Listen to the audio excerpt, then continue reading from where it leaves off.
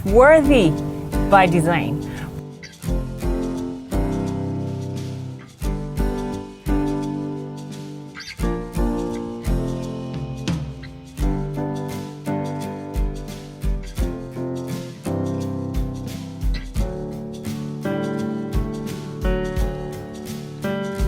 Hello there, it is such a delight that you joined us on today's edition of Worthy by Design, brought to you by Advent Cable Network Nigeria, ACNNTV. On this show, we focus on the journey from girlhood to womanhood and everything in between. I am Iberachins. Welcome. Feeling worthless, hopeless, and overwhelmed is sadly the state of about 1.5 million women who give birth yearly in Nigeria. Now, why should delivery beget such negative emotions? How can it be handled, and when should women seek help? These and more are the issues our conversation seeks to address. And to shed light on this issue is our dear Dr. Olusegun Soyombo. He's a psychiatrist. It's so good to have you, sir. Thank you very much. Good day, viewers. Welcome to the show. And the issue we're going to talk about is postpartum depression. What is this, sir? Thank you very much. Postpartum depression. Well, I would like to take a rider from your introduction that generally childbirth is a joyful event. It's something that everybody celebrates. Why then should we associate childbirth with depression? Depression is a state in which a person feels very sad, loses interest in previously pleasurable activities, they have lack of energy, they feel like life is not worth living, they feel hopeless, they feel worthless. Okay, so why should such emotions be associated with somebody who has given birth? That's very strange. Yeah, unfortunately, it is so for quite a number of women where after giving birth, they begin to experience negative emotions rather than the positive emotions that people would normally associate with childbirth, and that is what is called postpartum depression. It sits right in the middle of a very common condition called postpartum blues. Okay. So in postpartum blues, people will experience some of these negative emotions, but to a lesser extent. In other words, the emotions are not as intense, and they may not stay as long as they would in postpartum depression. So that is a lot commoner than postpartum depression. So many women, after giving birth, at some point may feel quite overwhelmed, feel like they are not adequate, or just feel some negative emotions. Then on the other side of sir, the postpartum blues, is that the one they call baby blues? Baby blues, sure, absolutely. Okay.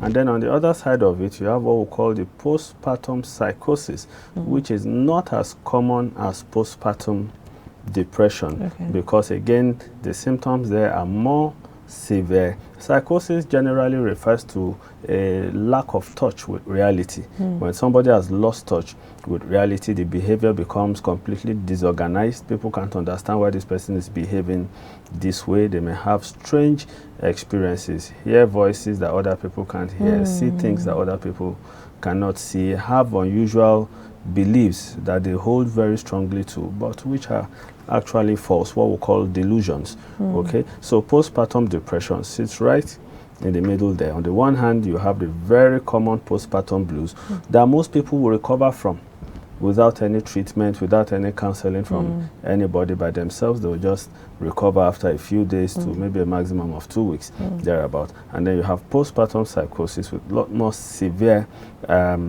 symptoms and more dire implications for both the mother, the father, and the baby. Now, what causes this postpartum depression? Is it the fact that, she delivered, or where does that just come from? Well, thank you very much for that question. And usually when I'm asked a question like that, I like to start from what does not cause it. Okay. Because that is what I consider perhaps more relevant information to the public. Because if a woman begins to feel sad rather than happy after giving birth to a child, it doesn't mean she's a witch. And it doesn't mean she's possessed by an evil spirit. Okay, so we need to get that clear and be sure what doesn't cause postpartum depression. When we talk about what causes it, we then should keep in mind that there is no single answer. There's a multitude of factors that come together. Importantly is to note that there are significant hormonal changes in women when they get pregnant. Okay, and when they deliver and the baby comes out, there's also drastic emotional changes.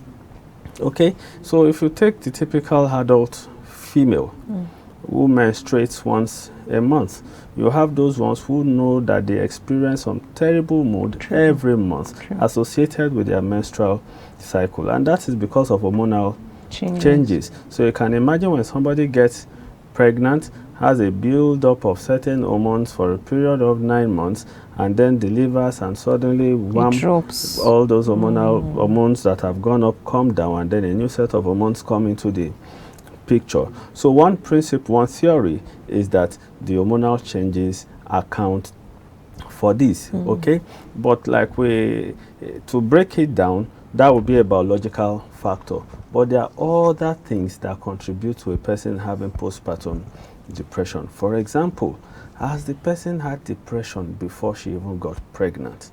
Has that person had depression in the past? Does that person have a family history of depression? Is this pregnancy a planned pregnancy? What is the amount of support available to this new mother? What does the future hold for her? Because you see, for some people, getting pregnant, having a child has, for example, severe consequences for education or career. Okay, so if somebody gets pregnant in an atmosphere where somebody is denying responsibility for the pregnancy, one father is saying, "Get out of my house, I don't ever want to see you again," and all of those things, you know, then it's ripe for postpartum depression. So the answer is there's a multitude of factors, biological factors, social factors, psychological factors that can make a person predisposed to having postpartum depression. And like I said earlier, it's not witchcraft, it's not evil spirits. You know, that brings to mind a story. You know, a certain lady had just given birth, and after some time she ran away from her home in the middle of the night. Everybody pursued. She went to a family friend's house.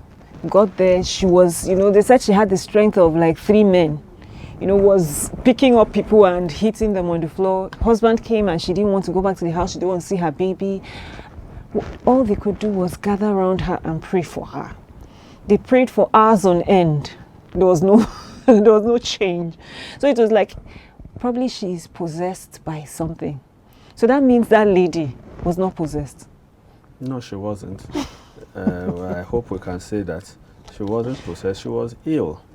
Okay, and that again is difficult to brandish diagnosis about when you haven't examined the patient, but the depiction would resemble a postpartum psychosis.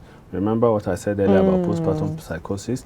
The person has lost touch with reality and the behavior is grossly disorganized. So this might be a woman who ordinarily, if she wants to go and maybe take something outside the house at night, might ask her husband to follow her. She's scared of going out alone. Now she's gone out of the house, ran some distance by herself to a family friend's house, and then she's violent, she's agitated, people can't hold her together. So it sounds very much like a postpartum psychosis. There's no harm in prayer. The only problem is that it shouldn't be done at the expense of treatment. Okay, so at that point the most important thing was to get the person to safety. Okay, so it can happen in different ways. There are different scenarios that can occur. If anybody who is listening to us finds a woman who has just had a baby in this kind of situation, you want to ensure the safety of the woman, the safety of the baby. Okay, I mean, if they, for example, force that child on her, she could harm that child. Sure, she would. She could harm the child. So safety first. Get the person to hospital while treatment is going on. by all means support with prayer. We are all trying to achieve the same thing. True. Now, let's talk about the risk factors. Yeah. In this whole, postpartum depression, what are the things that would you had mentioned, the things that would predispose her to postpartum depression, but what are other risk factors that a woman should, pay attention to? An important risk factor, I'm not afraid to repeat myself, an important risk factor is a past episode of a depressive illness or a bipolar disorder. So if somebody has had that illness before and been treated, now this is it. Mental health conditions generally can be worsened by stress. And pregnancy is a stressful event. True. Child delivery is a stressful event. Taking care of a small baby is stressful. So if we have that at the back of our mind, you know that if somebody has a pre-existing condition, then it can be worsened by the stress brought about along the line of getting pregnant, going into labor, and then nursing a small child. So a past history, a past family history, difficult social circumstances, socio-economic difficulties. People have children and they don't have the financial wherewithal to look after the child. In fact, there is a concept now called paternal postpartum depression. And an important factor in paternal postpartum depression is money. You've heard those stories where a woman goes to hospital, gets into labor, delivers quadruplets, and then you hear that the man has disappeared.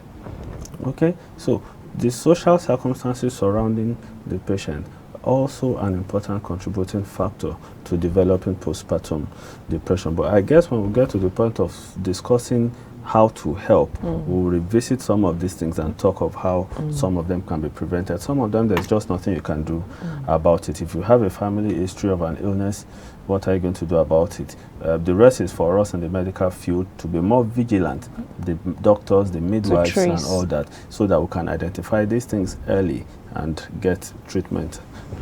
All right. You had talked about postpartum depression being at the middle, and then there's postpartum psychosis. And then baby blues. So the complications from postpartum depression can lead to postpartum psychosis, am I right? A person can have postpartum psychosis without having exhibited any symptoms of postpartum depression. Oh, okay. But in the context of a depressive illness, yes, depression can be severe enough to have psychotic symptoms too. Yeah. So if a lady has postpartum depression, what should she avoid? Or how should she stay safe from, getting complications from other things? Okay, so the first thing is to identify postpartum depression. And that is why it is good that ACNNTV is bringing this topic to the fore, because these are illnesses that at the time that they happen, the person experiencing them may not realize what's going on. So it may be the other people around her who are going to say, oh, this looks like what I heard on TV the other time, and then they prompt her to get treatment. So the important thing first is to identify it. The person begins to feel unusually sad for prolonged periods, finds that there's just no joy. You just can't find satisfaction in anything. So somebody who used to enjoy listening to music no longer finds joy listening to music. Somebody who used to be a great lover of children can't even find joy holding her own child. You have people feeling tired all the time, feeling like there's no strength. There's no strength. The difficulty here is that some of these symptoms can easily be waved away. Oh, she just delivered, that's why she's tired. And then, but when you start having deeper symptoms like feeling hopeless, feeling worthless, feeling suicidal, feeling like they should kill themselves, or you have somebody who keeps asking, like, look, this child is not well, there's something wrong with this child. Sometimes that can be a depressive cognition. So you have a new mother looking at her newborn baby and feeling like, oh, his leg is abnormal, his head is abnormal, this child is not well, this child is not well, and things like that, refusing to feed the baby. And you know what it means, a new mother refusing to feed the baby. You now imagine what happens if her mother or her mother-in-law is around to do omugo, and then she's refusing to feed the baby, there's definitely they will look for one evil spirit somewhere to impose on her head, you know, and things like that. So those are some of the symptoms people can identify and know that, oh, looks like there might be some problem here that a person can seek help from. So how can you get help? For those who have the predisposition. We will come back to that. All right. We'll go on a very short break, right? So imagine a world where women are not judged by their gender or marital status, but by the value they bring to their communities, workplaces, schools, or even homes. Today, we celebrate some women who have conquered their world and are living their dreams. Their achievements are worth celebrating all year round. You know why? Many more are on their trail, and together we can break the bias because we are worthy by design. Worthy by design. Hello, my name is Nneamaka Onyema. I am a legal practitioner, a chartered mediator and conciliator, and a girl-child advocate. I'm passionate about bringing or providing legal services, counseling, and rehabilitation of victims of sexual-based violence and domestic abuse, also bringing awareness to the girl child on issues surrounding them to mitigate gender disparity. Before now, back in the days, there were no concerns or talks about issues surrounding early marriages, menstruation, gender disparity, sexual abuse, and the rest of them. But in recent times, you hear about laws and policies are being made to protect the vulnerable, especially the women and girls in the society. You hear laws like the Violence Against Persons Prohibition Act of 2015, laws like the Child's Rights Act of 2013, and then the Sexual Harassment Against Students in Tertiary Institution Prohibition Bill, and the rest of them, amongst others.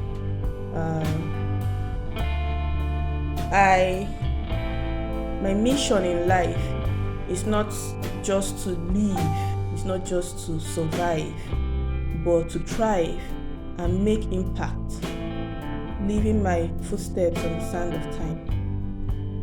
Fun fact, I love to bake. I am black, I am female, I am the future, I am living my dreams. You too can. Happy International Women's Day. God bless you. Hello, my name is Ekia Korom. I'm a lawyer and educationist, and I also play in the finance sector. Presently, I run an early years school and a cooperative society. And I would like to say that one of the setbacks is we humans. People just want to be a part of the success story. They just want to have a bit of the cake, but don't want to work for it. A lot of people are just in a fast lane trying to make money and all that. And aside that, policies. Well, policies are not really favoring a lot of small businesses, but we got on our side, we're pushing through in everything that we do. So presently, I will just give all the glory to God and for wisdom and for expertise, self-development, and in the future, we hope to be bigger and better. So I would like to tell you that if I can't break the bias and live my dream, you can also do that. Take care. Worthy by design. Welcome back. We have been speaking with the amazing Dr. Olusegun Soyombo on postpartum depression. Now, sir, let's go back to this conversation. The woman is not living in isolation. She's living with other people. What is the effect of a woman living with postpartum depression on, let's talk about the child first. Okay. So, postpartum depression has proven effects on the child, starting from poor nutrition. When you have a mother who is feeling so sad and feeling so bad about herself that she's not even interested in feeding the child, then that child can begin to suffer from poor nutrition. And the earliest nutrition a child gets has very significant impact on the overall development of that child. That's why you have all of this campaign going into exclusive breastfeeding and all of that, because if the mother is refusing to breastfeed, you now have them resorting to using formula yes. and then water, and then you have diarrheal diseases and things like that. So it has impact on the child. Also, in those very early years, child bonding, the maternal child bonding is very, very important. There's a reason why you see that very young babies at that very early stage, some of them, unless you put them on your chest, they will not sleep off. Is bonding. It's just a connection that is there. So when the woman feels depressed, that bonding may be lost. And this is proven. If you go and look, they are established, what's the word now? There are things that have been established. For example, you look at an abandoned child.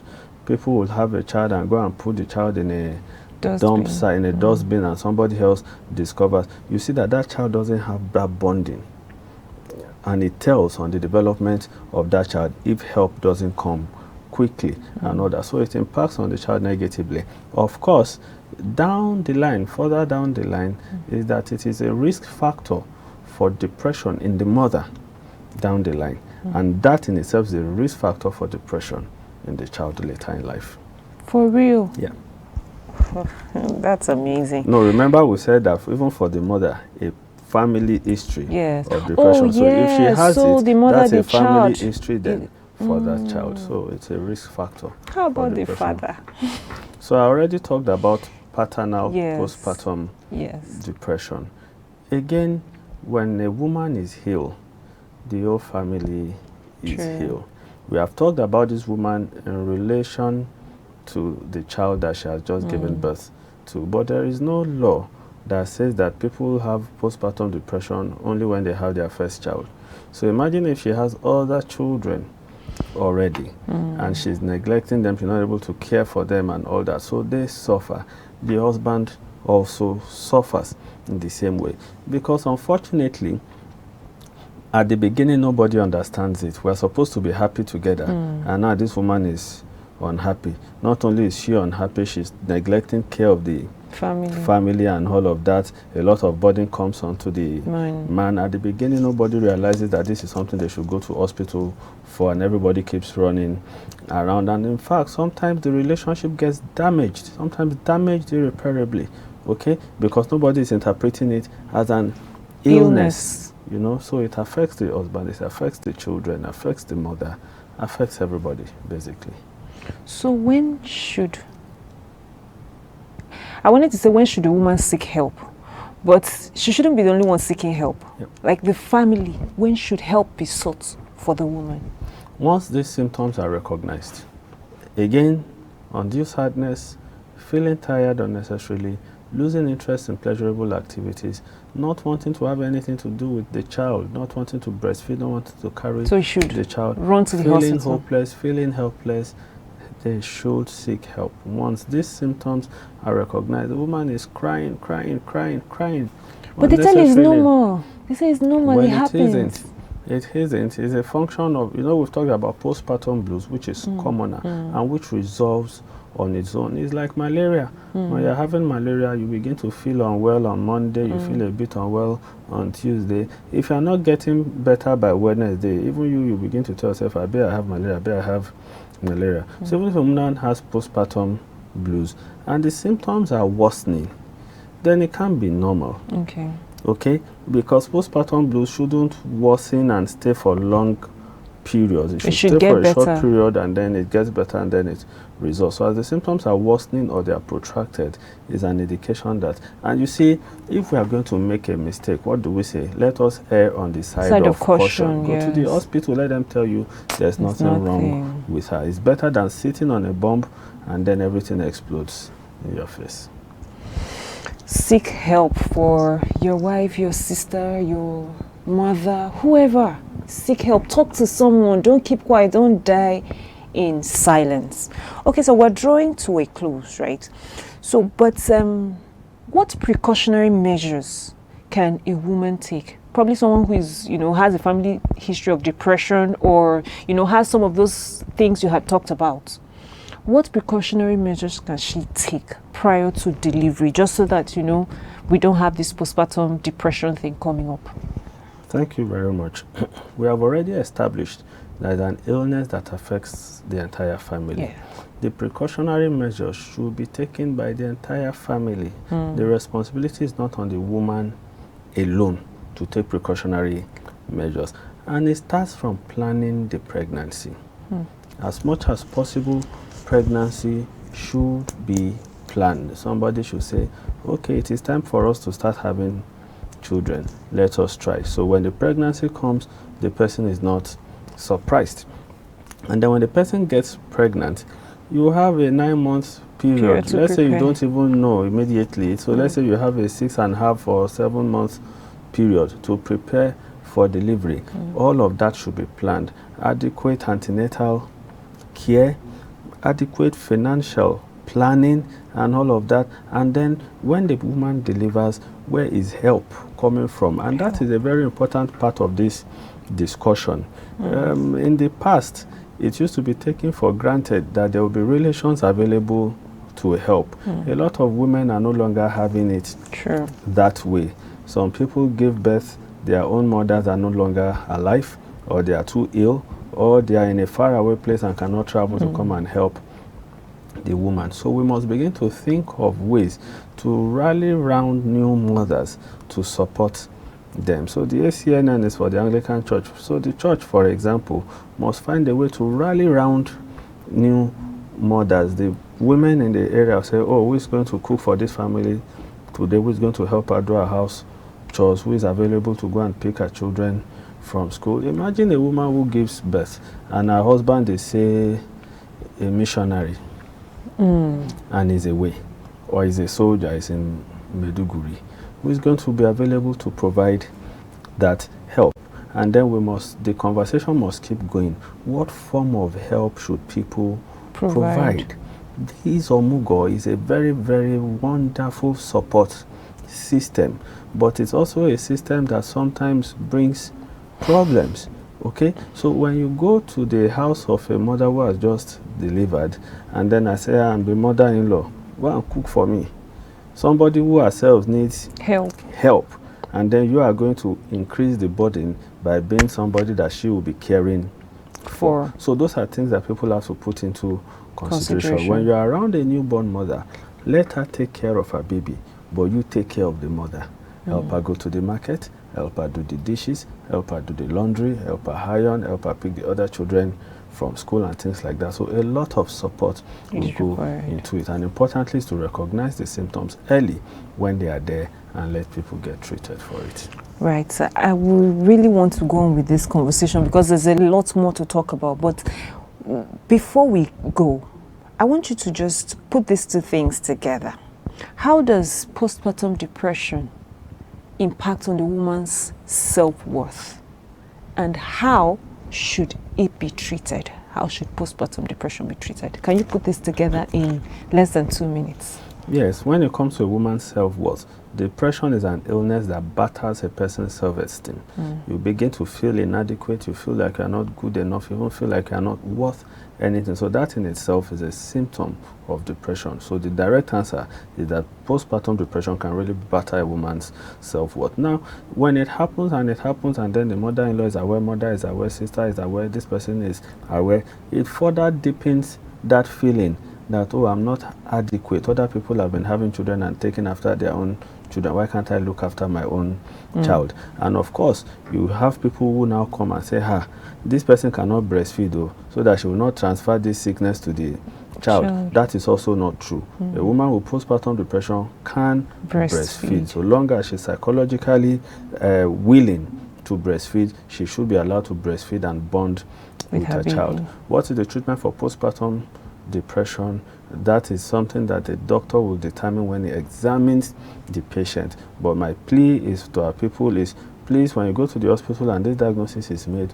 do not resist treatment. You have questions, ask the doctors, they will answer the questions, but most likely the woman will be placed on medications for depression. Some people begin to have these depressive symptoms even before they deliver. And even in pregnancy, there are drugs that can be safely administered to the mother that doesn't put her baby in jeopardy. So there's treatment available. People should comply and cooperate with their doctors. Thank you so much. We appreciate you, sir. So there's treatment available for postpartum depression. Comply and speak out. Don't stay in silence. There's no doubt that you are strong, but getting help from a professional is a proof of love for not just yourself, but your family. So to everyone out there, please look out for your loved ones. Don't assume they are fine. Give them a helping hand and a warm hug. You don't know how far that goes. Trust me, they need it. A big thank you to our wonderful guest. I know you have so much to say, but our time is fast spent. Thank you so much. I appreciate you for your time. Yes. So do join us again next week, same time, same station, for another thought-provoking edition of the show. Remember, you are worthy by design. I am Iberi Chains. See you next time.